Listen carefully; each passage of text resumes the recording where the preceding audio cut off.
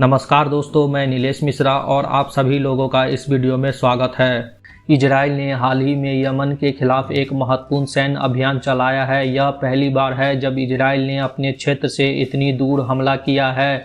मुख्य लक्ष्य हूती विद्रोही थे, जिन्हें कई देशों ने आतंकवादी संगठन के रूप में मान्यता दी है। अमेरिकी निर्मित F-35 स्टेल्थ फाइटर जेट का उपयोग करते हुए इजराइल ने यमन के होदेदा बंदरगाह सहित राजनीतिक स्थानों पर बमबारी की, जिससे व्यापक विनाश हुआ। आउटस्ट्रीच आर्म्स नामक ऑपरेशन ने भौगोलिक दूर की परवाह किए बिना अपने नागरिकों को बाहरी खतरों से बचाने के लिए निर्णायक कार्रवाई करने की इजराइल की इच्छा को प्रदर्शित किया। इस आक्रामक कदम के पीछे की प्रेरणा हूती विद्रोहियों द्वारा लगातार उत्पन्न खतरों से उपजी है। ईरान द्वारा समर्थित इन विद्रोहियों ने इजराइल पर कई हमले किए हैं, जिसमें हाल ही में एक घटना भी शामिल है जिसमें ईरान द्वारा निर्मित ड्रोन ने तेल अवीव को निशाना बनाया, जिसके परिणाम स्वरूप एक इजरायली नागरिक की मौत हो गई। इस वृद्धि ने इजराइल को एल फुलडेरा बंदरगाह पर हूती विद्रोहियों के बुनियादी ढांचे और परिचालन ठिकानों को निशाना बनाकर जवाबी कार्रवाई करने के लिए प्रेरित किया। इजरायली सरकार ने अपने नागरिकों को चल रहे खतरों और आतंकवाद से बचने के लिए आत्मरक्षा के एक आवश्यक कार्य के रूप में इस हमले को उचित ठहराया।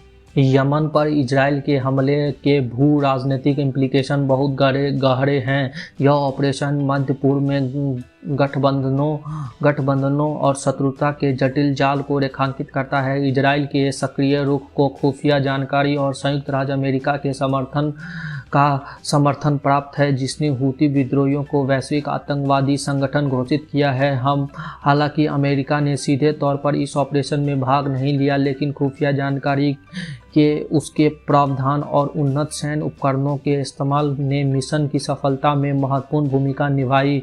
यह सहयोग साझा खतरों से निपटने में इजराइल और अमेरिका के बीच रणनीतिक साझेदारी को उजागर करता है।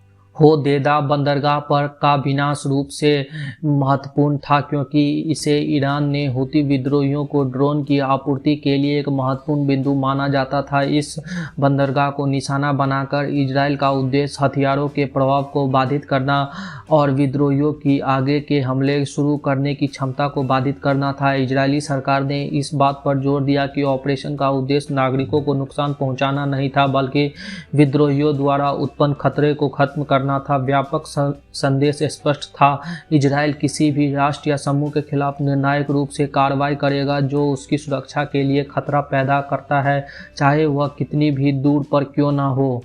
यमन पर इजराइल का हमला उसकी राष्ट्रीय सुरक्षा नीति का एक साहसिक दावा है। ऑपरेशन आउटस्ट्रीच आर्म के माध्यम से इजराइल ने अंतर्राष्ट्रीय समुदाय को आतंकवाद के खिलाफ खुद की रक्षा करने की अपनी तत्परता के बारे में एक मजबूत संदेश भेजा है। इस ऑपरेशन का उद्देश्य न केवल तत्कालिक खतरों को बेअसर करना है, बल्कि भविष्य के हमलावरों के लिए एक निवारक के रूप में भी काम करना है। इस कार्रवाई के भू राजनीतिक प्रभाव संभवतः पूरे मध्य पूर्व और उसके आगे तक गूंजेगी, जो इस क्षेत्र के अन्य देशों की रणनीतिक और गठबंधनों को प्रभावित करेगा।